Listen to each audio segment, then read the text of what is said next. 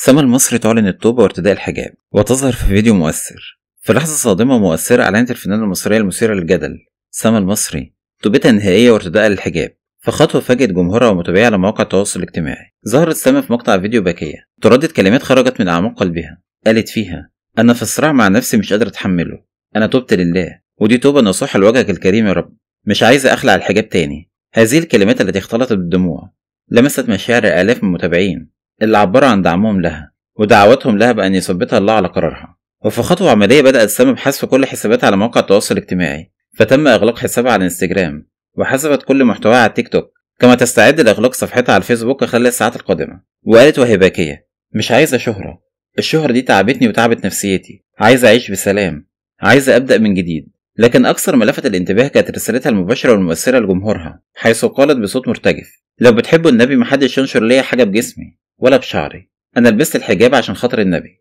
أبوس إيديكم، امسحوا صوري القديمة. القرار أثار ضجة كبيرة على مواقع التواصل الاجتماعي بين من عبر عن فرحته لتوبتها ومن دعا لها بالثبات.